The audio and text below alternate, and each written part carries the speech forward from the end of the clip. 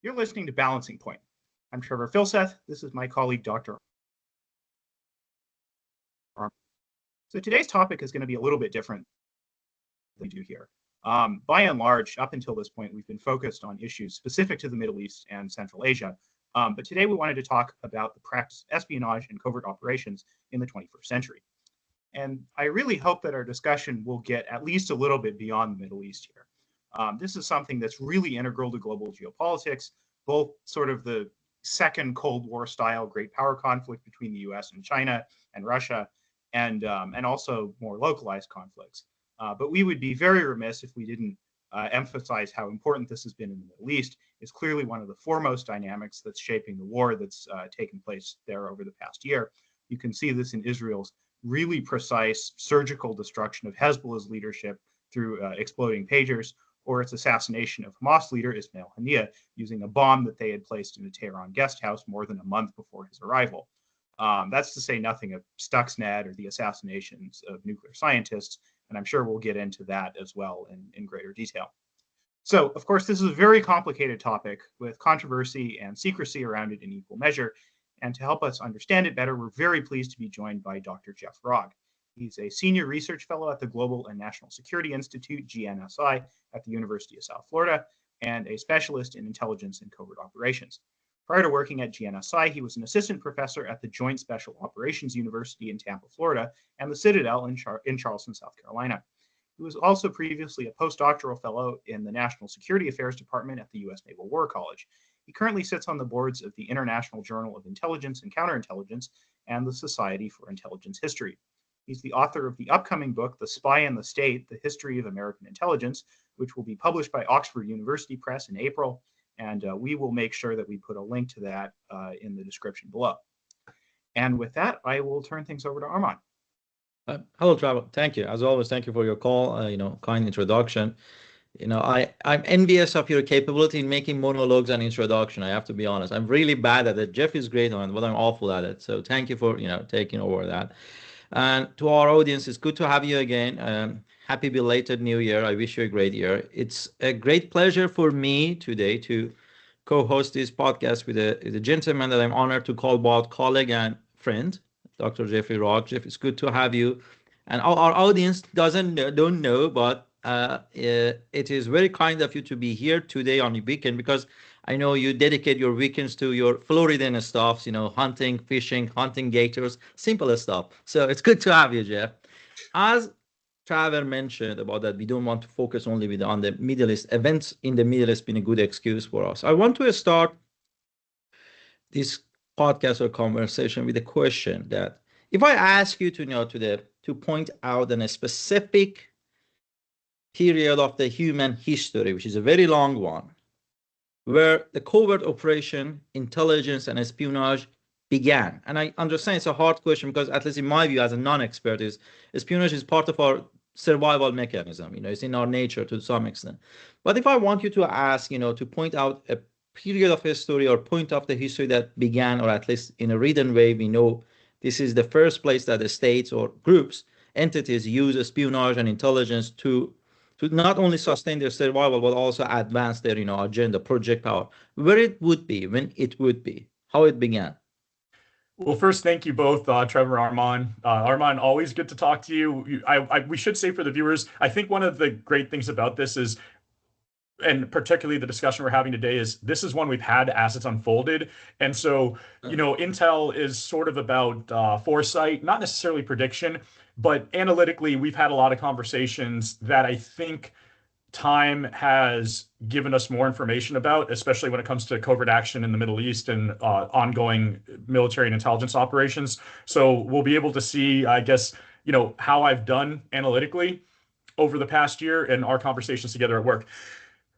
The great thing about intelligence is it's just inherent to the human condition. If you go to the International Spy Museum in Washington, D.C., which I strongly suggest everyone does, in the entryway, they have fancy stuff, a James Bond model car, they have a drone, but they also have a tree with what's supposed to be maybe a caveman perched on it looking over the horizon to basically signal that this is just something that human beings do.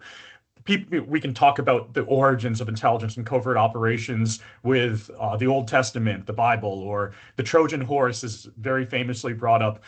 And I also recently wrote an article about what I would say is likely the first recorded account of covert political action during the Peloponnesian War, as the Spartans and Athenians tried to use political proxies in different city-states to effect regime change. And the key is there, they were trying to do it as part of their grand strategies, so it wasn't thoughtless. They knew what they were doing. They might not have called it covert political action, but we would recognize it as that today. You know, trying to go to a political party that's sympathetic to the US in a different country and help them overthrow the regime of their state, that's covert political action. And this is an episode from 2,500 years ago. So I also want to add that maybe I engaged in a little covert action as a kid, because I remember a prank war that rival groups of friends did in high school, and it was nothing major, just a little mischief that kids do. And it was kind of covert because we were doing things to each other as rival groups, but trying not to get caught by our parents, or rather the rival kids' parents, because then we would get in trouble. And so that's an important modern distinction too, to separate special operations from covert action. What we think about in intelligence studies when it comes to covert action is it's not just a secret special operation, it's one where you want to hide your hand. And this is useful as a departure from overt military action or diplomatic negotiations, because when you know who and what you're dealing with, you respond directly to it.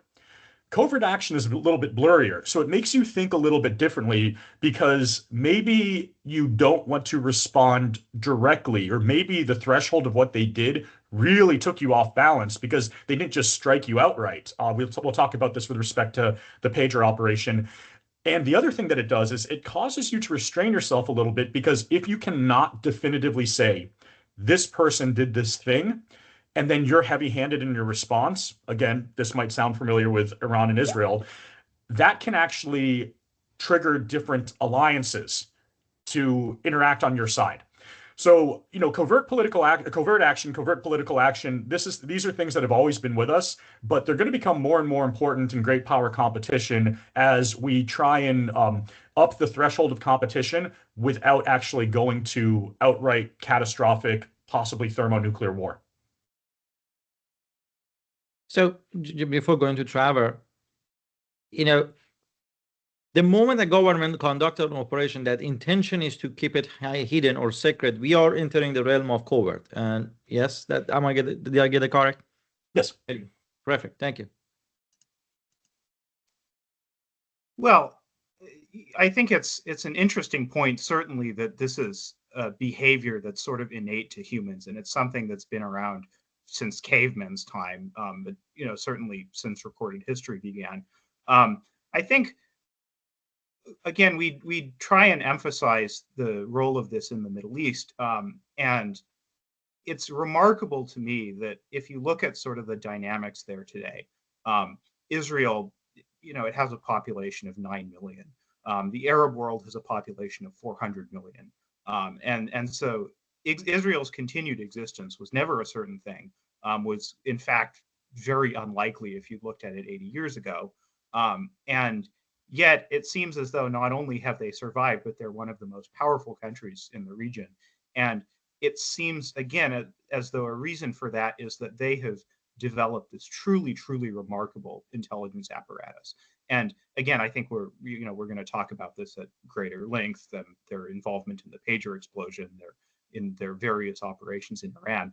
But I guess if I could ask you anything, I would ask first, how is it that they sort of started this, you know, from the very beginning? You know, how is it that almost from the outset they were so much better at this than any of the Arab states were, that they'd have people like Eli Cohen, you know, for instance, in Syria, who was almost made their minister of defense, if I remember right. And, you know, like, what were they doing right? Well, For starters, intelligence provides or should provide an asymmetric advantage. That's part of the idea for a strategy of asymmetry. So it allows perhaps a weaker power, or what looks to be a weaker power, to confront a stronger power without, say, resorting to military force, where you just don't have the similar capacity. You already established, Trevor, on the balance sheet in terms of population, perhaps when you add not per capita, but, economies together, much larger combined Arab economy than Israeli economy. So you have to look for ways to advantage yourself. You can't just throw up your hands. And there's always a cultural. I like to look at history and culture. And so, for instance, the very famous book, Rise and Kill First. You have the idea with Ronan Bergman that this is somehow just in the tradition because it's in the Old Testament.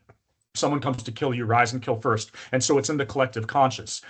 Now, perhaps it is very, very deeply, if you uncover Israeli strategic culture, does it go back 2,000 years to the Sicarius, the Israelis who were assassinating Romans in ancient Judea?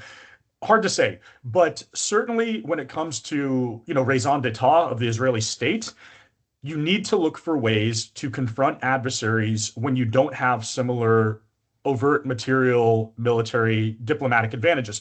We left out the diplomatic piece. It's not just that Israel is smaller in terms of population. It's not just that, militarily very high tech, but also less people, less material when you start adding it all together. It's also diplomatically, it's at a disadvantage because you had a number of states that said, including in the UN, by the way, not just in the Arab states, we're not going to do any kind of business with you. But then what happens when interests align underneath the table? A lot of them say this, but they actually have similar interests and even similar enemies when it comes to the case of Iran. And so how do you signal to them that you're going to work together without doing it face to face? That's what intelligence can offer, intelligence liaison, saying, don't worry, you can wake up in the morning and tell your own people and newspapers and the UN and the world that you will never work with us, you hate us, ... But then under the table, you're actually working together because you have common interests and common enemies. And this is sort of like realpolitik when it comes to international relations. And so intelligence is a big part of that. The other key piece, though, is going back to why Israel in particular had to do this. Well, you mentioned how precarious their position was when the state of Israel was founded. They needed, at the time of the major wars, and they still would need to today, they have a conscript army. They can't rely on just the standing army. It's never going to be big enough. They just don't have the population for it. Conscript armies mean that you're taking people out of their day-to-day jobs. That grinds your economy to a halt. It can be very costly in a war where per capita you can't afford the losses. And in a detritive war, and again, this all sounds familiar with Iran's strategy versus Israel, it's because it is. So what do you do? Well, early on, Ben-Gurion and some of the founders of Israel, who also had participated in special operations during the Second World War and, sort of like covert and clandestine activities. So it was rooted even before the State of Israel was founded in their strategic culture, realized that special operations and intelligence can provide that asymmetric advantage and also help keep enemies off balance. Perpetually off balance. You always want to keep them on a knife's edge. Don't let them gain the upper hand and prepare to attack you. Always be able to do little things like the Iranian nuclear program, where you kill a leading scientist who was on the cusp of discovering something. Or before there's a military attack, you're able to take out the entire leadership who would order the attack and the command and control node. So there's very, very good reasons that the state of Israel in particular needed to incorporate this into the state. And that also says nothing of the fact, and I think, we'll conclude on this, that when the state of Israel was founded, there was a mass expulsion from the Middle East and other local regions of Jews who had lived in those areas for thousands of years. And they brought the language, the familiarity with the culture, the aptitude to then go back to those countries and blend in seamlessly, which is one of the biggest intelligence advantages you can have, is to be able to fit in. And that's something that we always talk about with respect to US intelligence. We're always trying to play catch up. First it's like everyone's a Sovietologist. Then 9/11 happens, and how many Arab, Dari, Pashto, Urdu speakers do we have? Not enough. And even then, are they going to blend in? Maybe a handful, but not a lot. Israel already has that baked into the system. And so there's a lot of advantages that they already have in place to make them an intelligence powerhouse.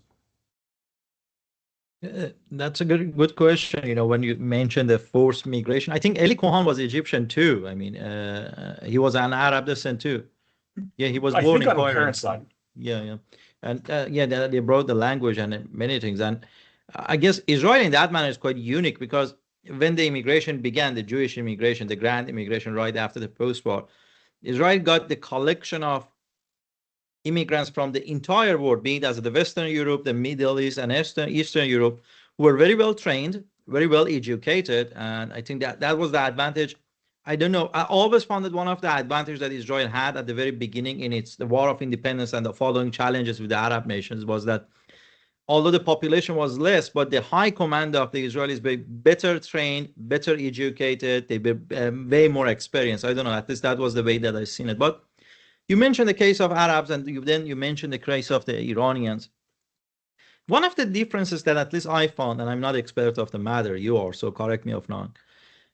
In past, during the Arab-Israeli war, the intelligence and covert operation were kind of always followed by military actions, or were in the service of the IDF, the Israeli Defense Forces.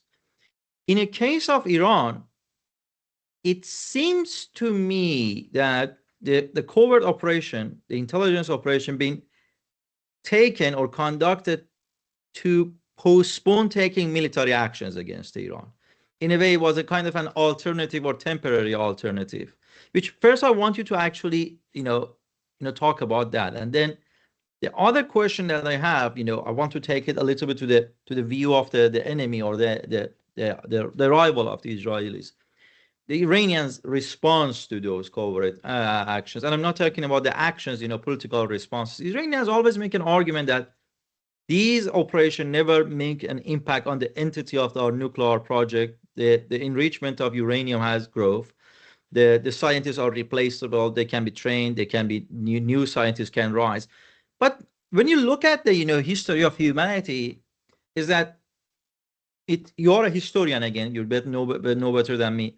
Actually, some of the individuals are never can be replaced. I mean, for instance, in case of the Nazi Germany, we have Friedrich Heinrich, who was Hitler himself said that he's irreplaceable, and they never could have replaced him.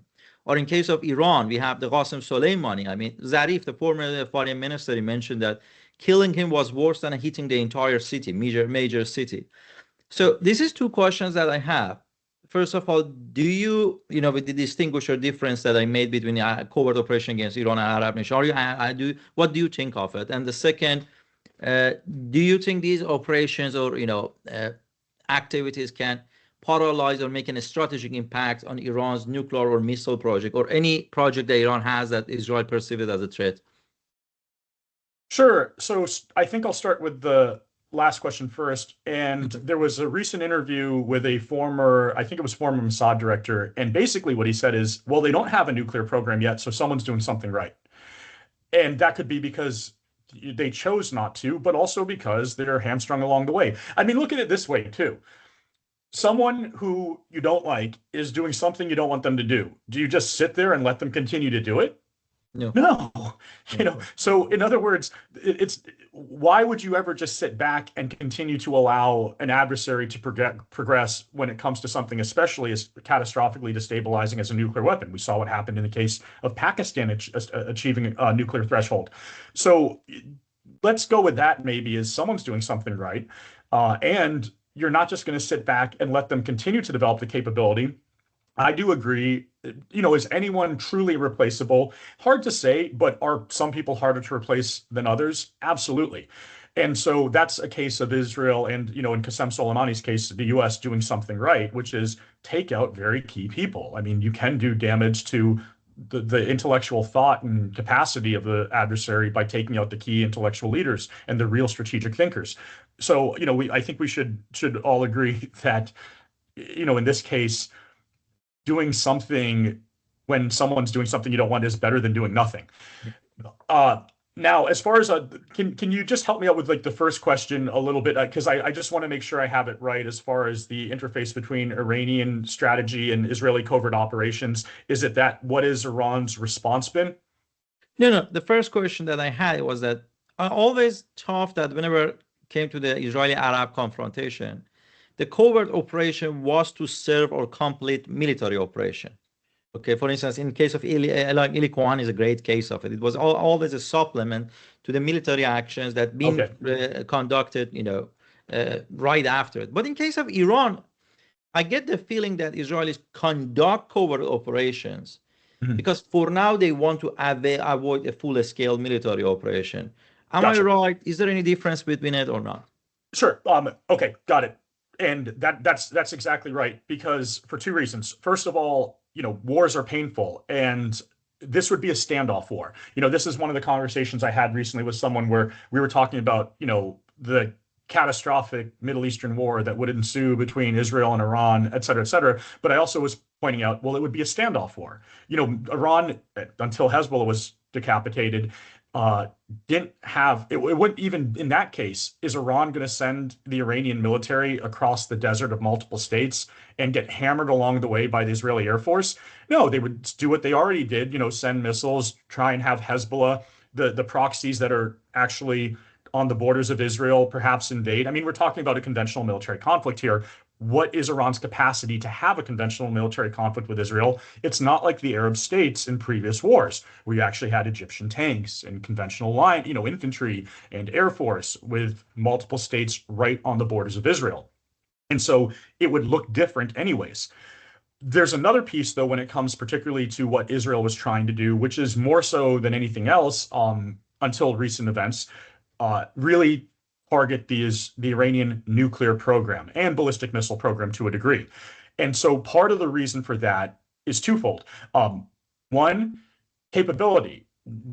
As far as we know, Israel could do tremendous damage to the Iranian nuclear program, but without U.S. help, couldn't necessarily destroy it in such a way that's so utterly catastrophic that it would really, really, really fundamentally cripple the program for a long period of time. Again, they would have to invest a considerable amount of air power into perhaps only delaying it, not really fundamentally destroying it or crippling it. So what are you going to do? Do you want to devote that air power into something that makes you very unpopular, especially when at the time, let's think about how long, the Obama administration had 8 years where they were basically saying, don't do it, and we're going to work on this. So your biggest ally who you would need is telling you not to do a conventional military strike, also because we don't want a new war in the Middle East that we're going to get involved in. And so you kind of have to in that regard. So Israel was being restrained really by two main things. One was not having the capabilities itself, and two, having a key ally signaling, we don't want you to start a conventional shooting conflict with Iran. I think it's really interesting the way you sort of frame this, where it seems as though Israel's restraint or lack thereof in dealing with Iran and attacking nuclear scientists and demolishing their nuclear program in other ways has been a political question, has been, well, how do we avoid alienating our population, alienating the United States, and so on. The factor of capacity to stop them basically just hasn't come up at all. So I'm kind of curious about this. Why is it that Iran has been so ineffective in its own counterintelligence in stopping Israel from doing whatever it wants within Iran? So that's a key question, is how penetrated Iran's inner circles are, and who knows. I mean, after the Hezbollah decapitation, people are wondering like just how senior some of the Iranian military intelligence and political establishment might be that's compromised by Israel. It's hard to say. We see shades of this in terms of the Russo-Ukrainian war, and just how high up does penetrate Ukrainian or perhaps even U.S. Penetration of Russian senior leadership go. There's a signals intelligence component to this too, which is it that or in the case of Israel, is it that a country like the U.S. or Israel has compromised senior leadership through human intelligence, or have we compromised their communication networks? And so we know what they're going to do. I mean, these are big questions. Now, there's certain things that we can look at that are suggestive. And what I mean by that is the killing of Ismail Haniyeh. When you plant an actual bomb in what is a highly secure compound, that would lead you to believe that you've compromised people who allow you to get in there. And the same thing with Iranian scientists who were assassinated in a very face-to-face way, either sticky bombs on cars, shootings. There was another one we can talk about, which is the assembly of an AI-enabled gun that was then used. Right. I mean, this is like really futuristic and, from the Intel side, like nerd side, pretty cool stuff.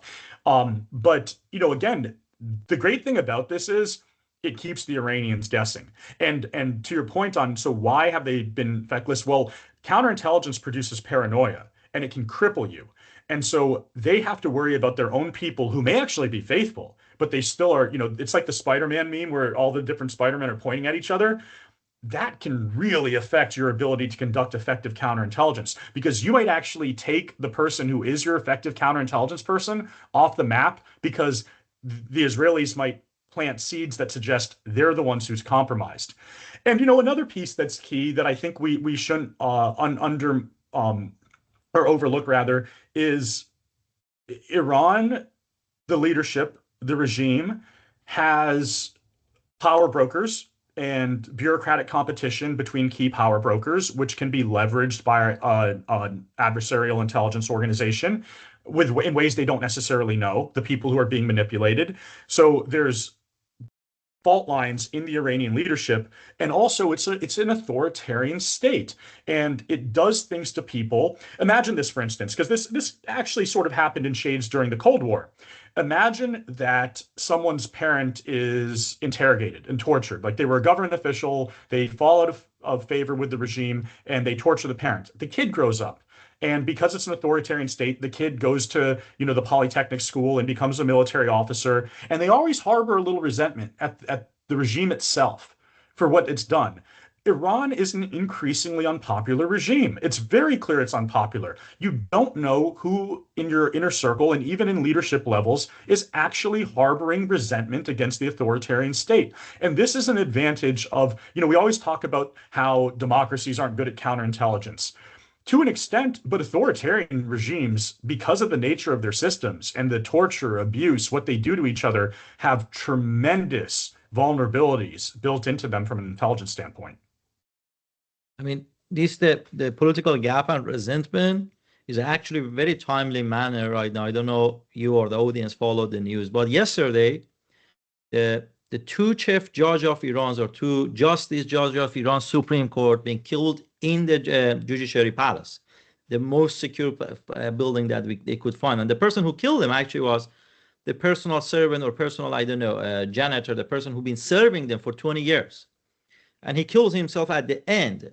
I mean, he wasn't arrested, he wasn't killed, he committed suicide. He kills these two, shoots them, and then kills himself,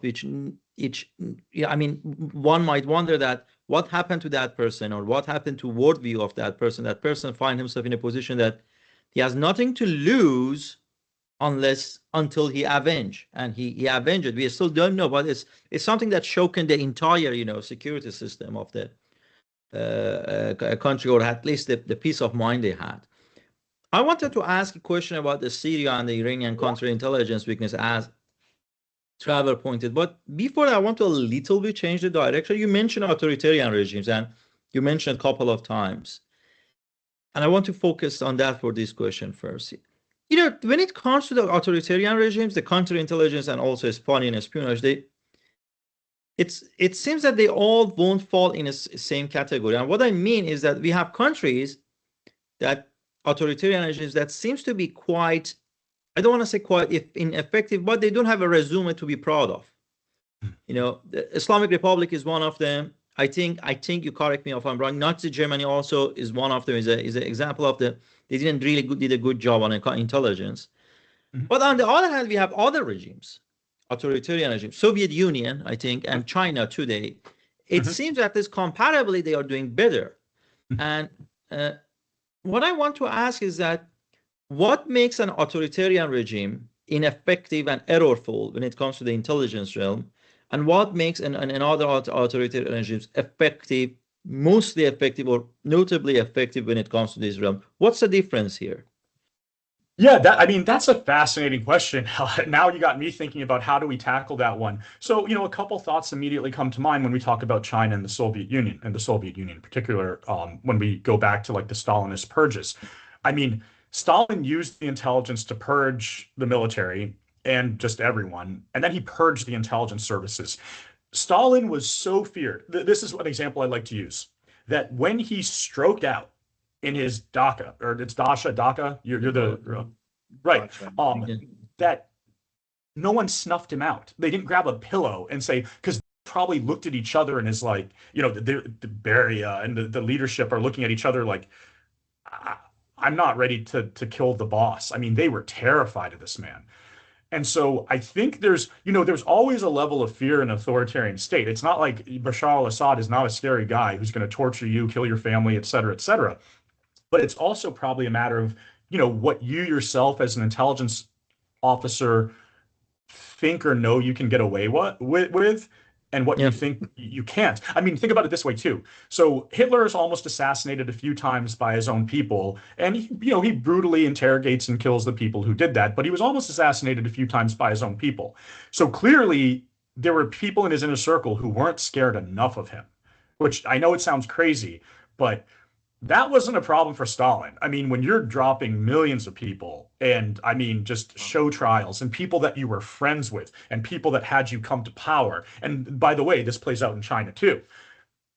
I think that level of fear, murder, brutality is how we can't understand it to live in an environment like that. And even with the Iranians and the Syrians and the Egyptians, with authoritarian leaders who again won't hesitate to torture and kill, and even kill a lot. I mean, it's not like Bashar al-Assad hasn't killed a lot of his own citizens, but just within the security services, I'm not sure that that level of just absolute attritive, decimation Roman style, like, I don't care, let's just kill one person out of 10 today because it's a Tuesday.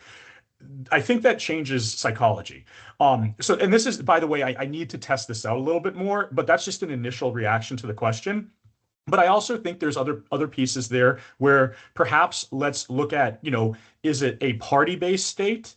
Is it a tribal loyalty state? So in the case of Syria, for instance, you're actually a minority and your leadership, you appoint from that minority. So that way you're all in it together. You all know, like, we are suppressing a majority and I can't knock off the boss because, if we divide and conquer ourselves, we're done.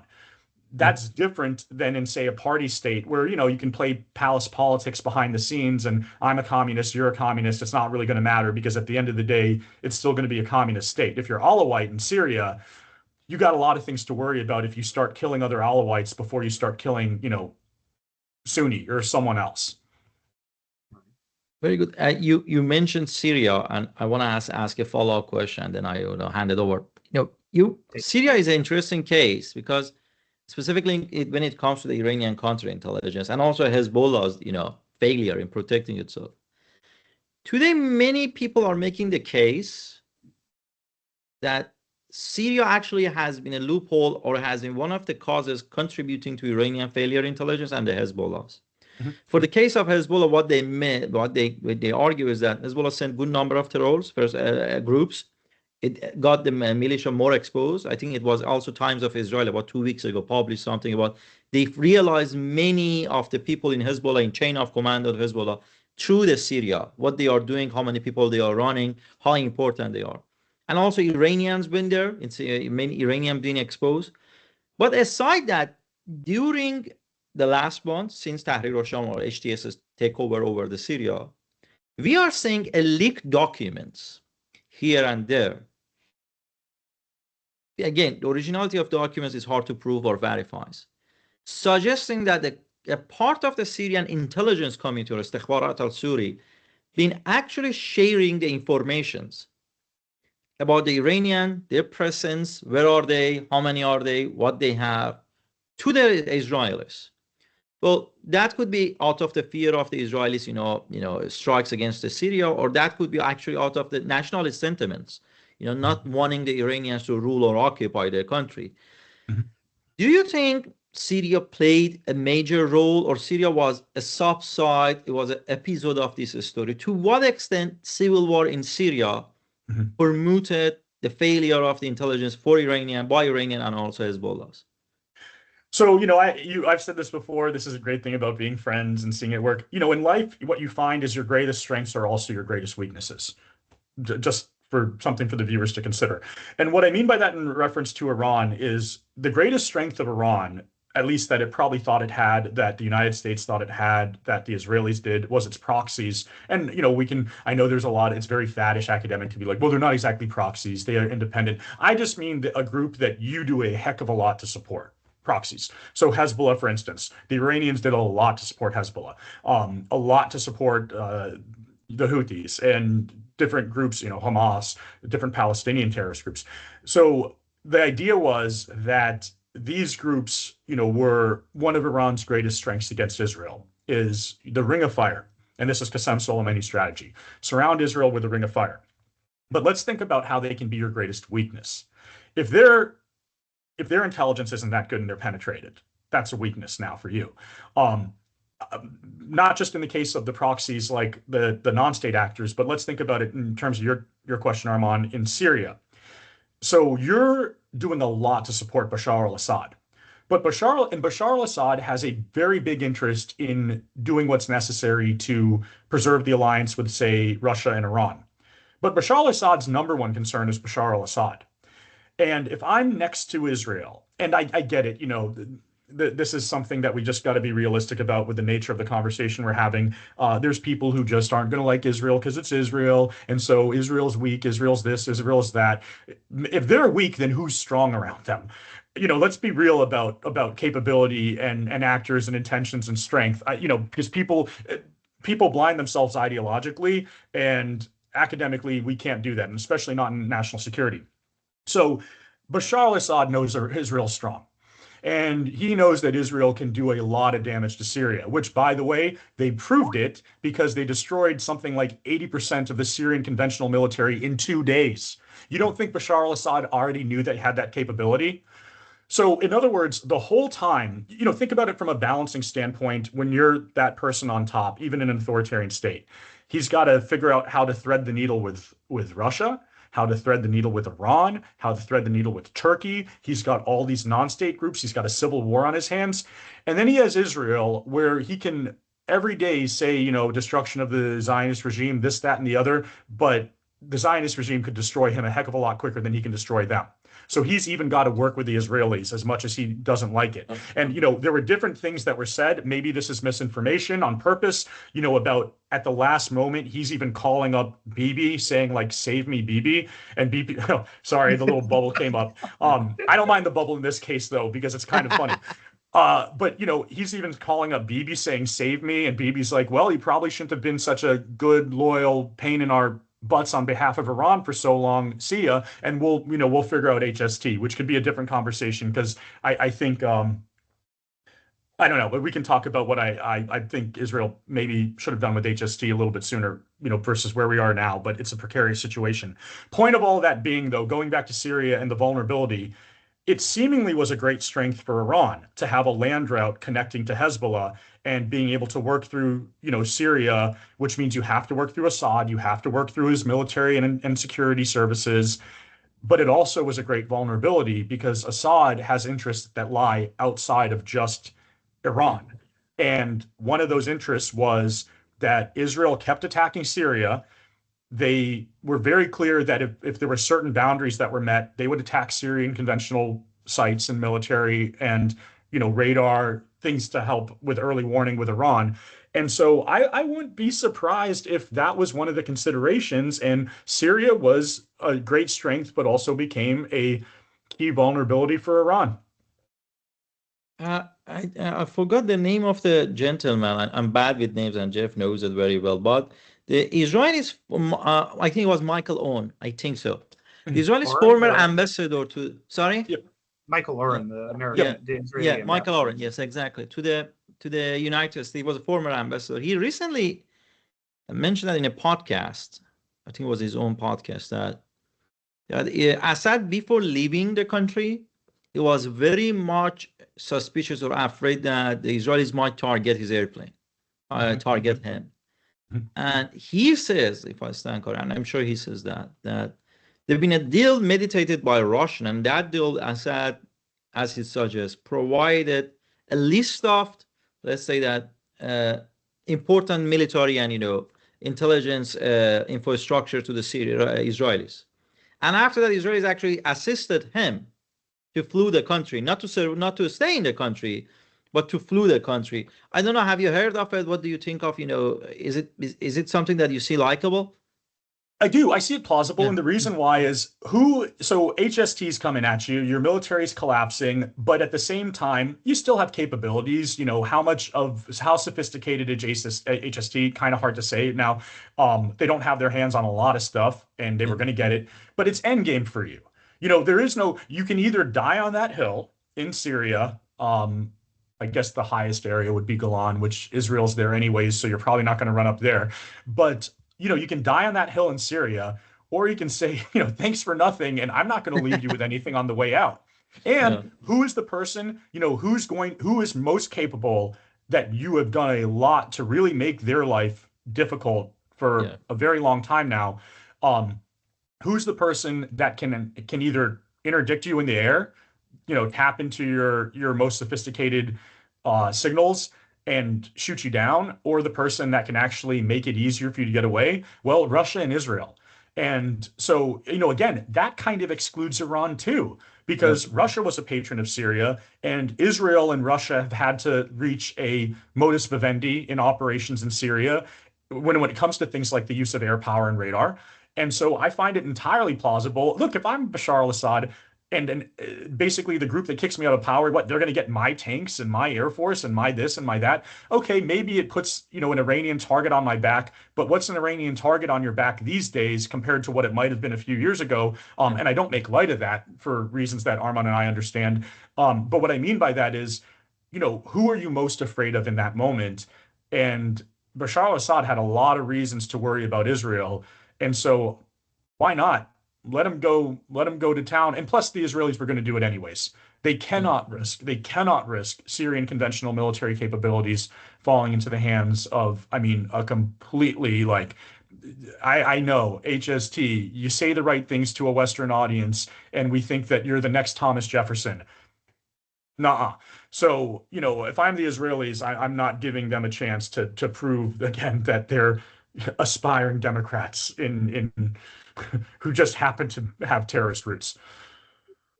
Thank you. It is kind of remarkable, and this was the topic of our last podcast too. It seems as though they know exactly the right things to say. If you look at where Jolani was 10 years ago, he just he sounded like everybody else. Like this Islamist, want to destroy Israel, all this stuff.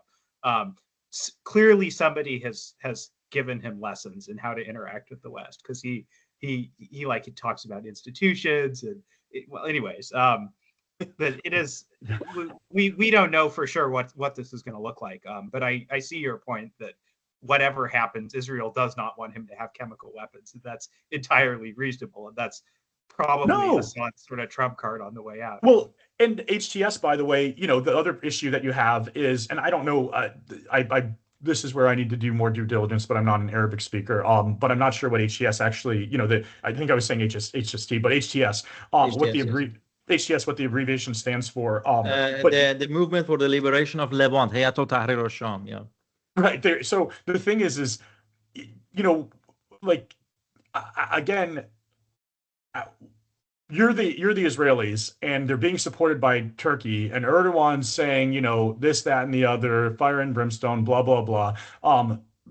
I say blah, blah, blah. I don't but I'm not really making light of it. But the whole point is I'm not letting your proxy get anything. And I know this is going to be controversial. I think I mentioned this to you, Arman, but if Jelani's emerging with HTS before he gets a chance to go on the world stage and promise, liberation and civil liberties and all the stuff that he's never going to deliver to the Syrians. If he's your most dangerous player, and I get the Israelis, maybe things were happening very quickly, maybe they didn't want to rile the Turks or anything, but now they have a different problem with HTS and with Jelani. Maybe they're going to play the long game, strategically and wait and feel it out. But I might have been hammering HTS along the way. Let them get rid of Assad, yes, but and definitely get rid of Syria's conventional military capabilities.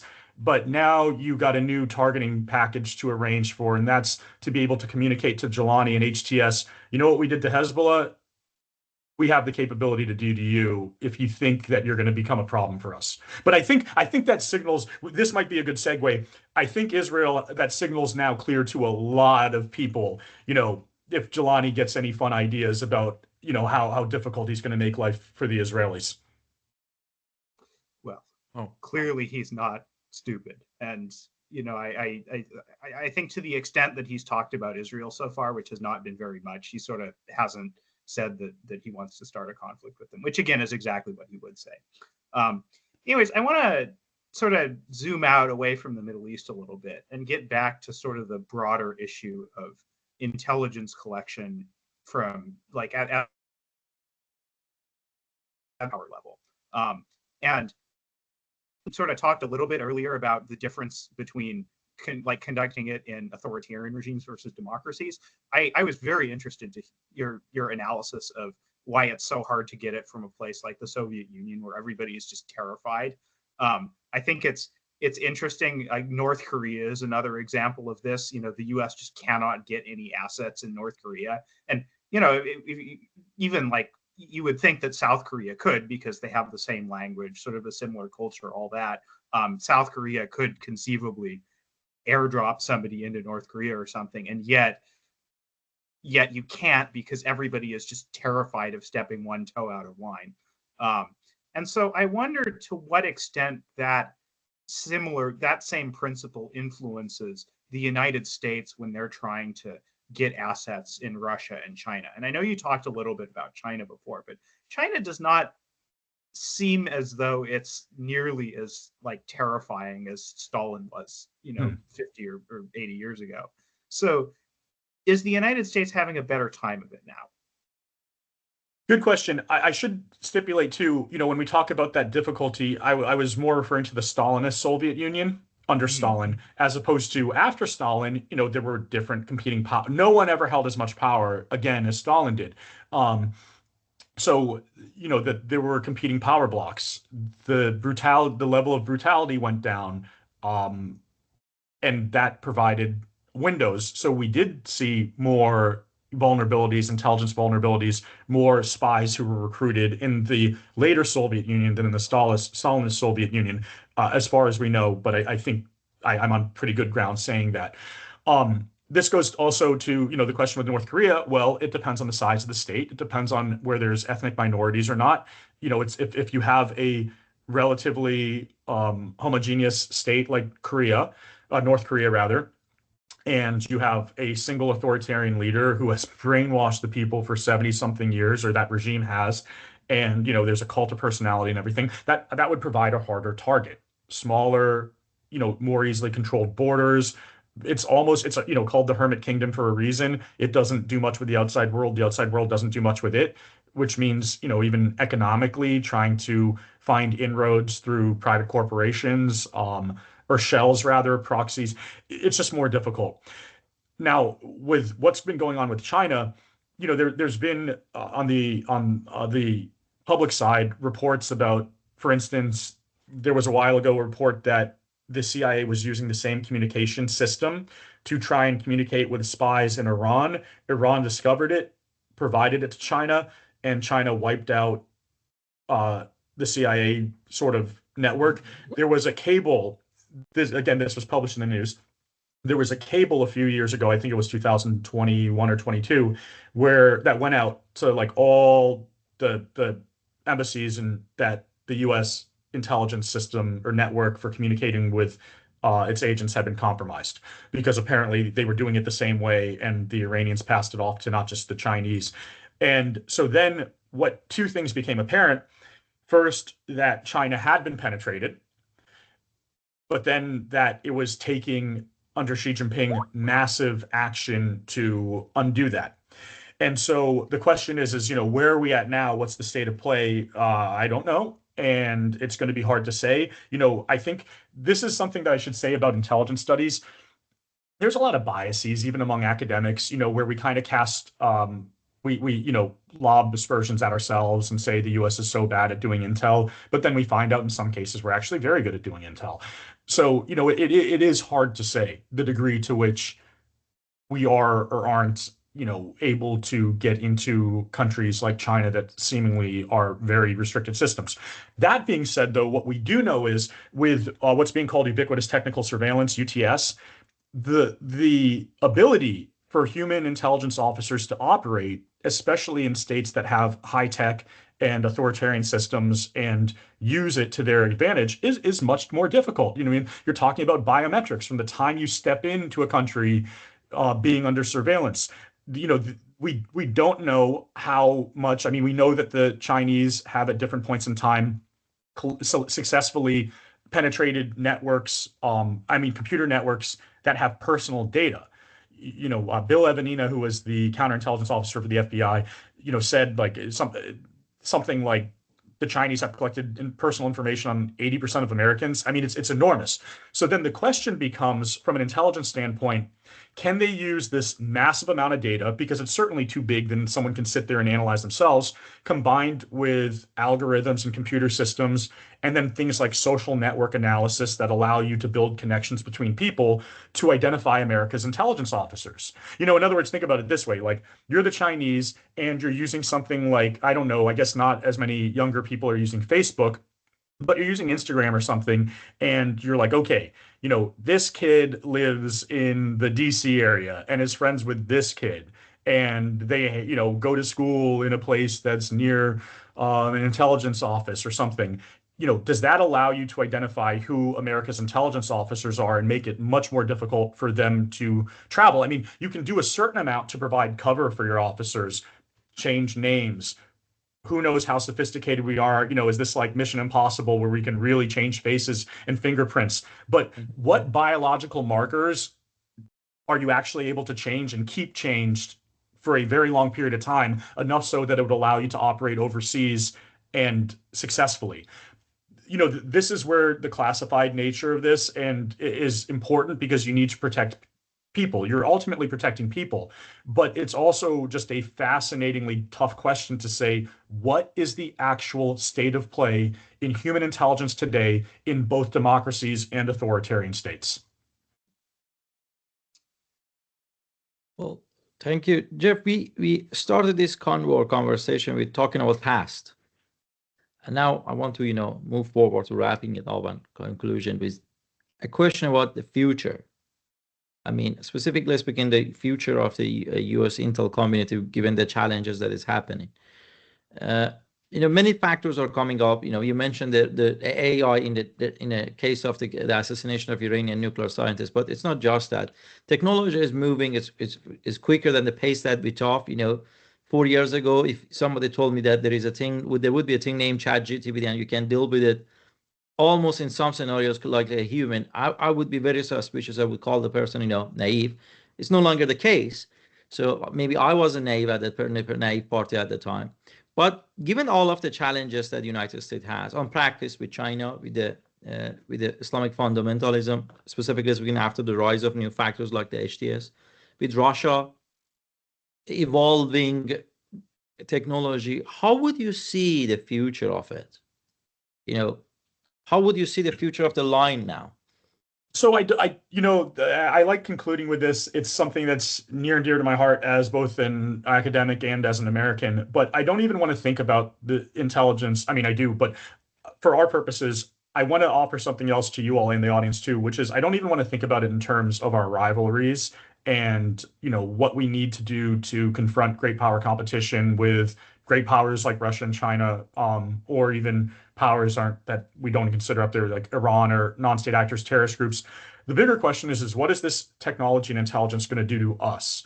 What does it do to the American way of life when you have what is essentially surveillance technology used for security purposes? And in order to keep your people safe, you need to do things to dive into their privacy, or at least that's the argument. In other words, if you want to be safer, we have to do this. that's always been a balancing act, with the Snowden revelations and what the NSA surveillance is at the fundamental line that they say is, yes, we did these things, and maybe we skirted the Constitution a little bit, maybe not. It wasn't, even if we did, it wasn't intentional. Don't worry, but don't worry, it kept you safer, even though they can't always prove that it did.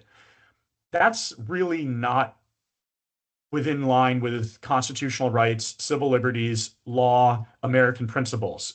Unless the American people are willing to accept that. In other words, are the American people? We have to have this conversation.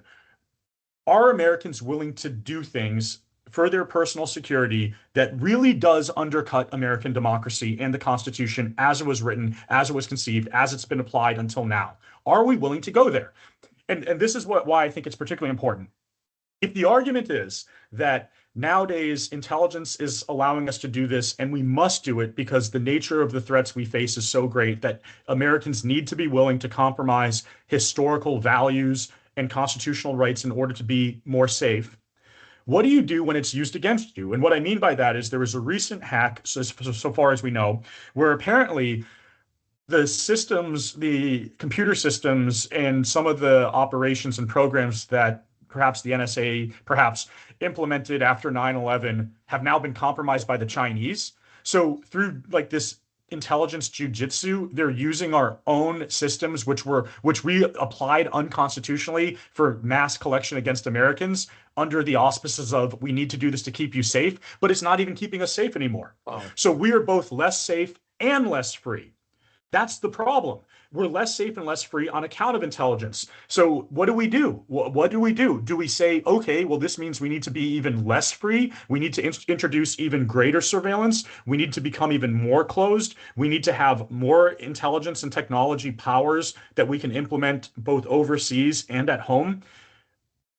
But if it doesn't make us more safe, then we are less free for no good reason.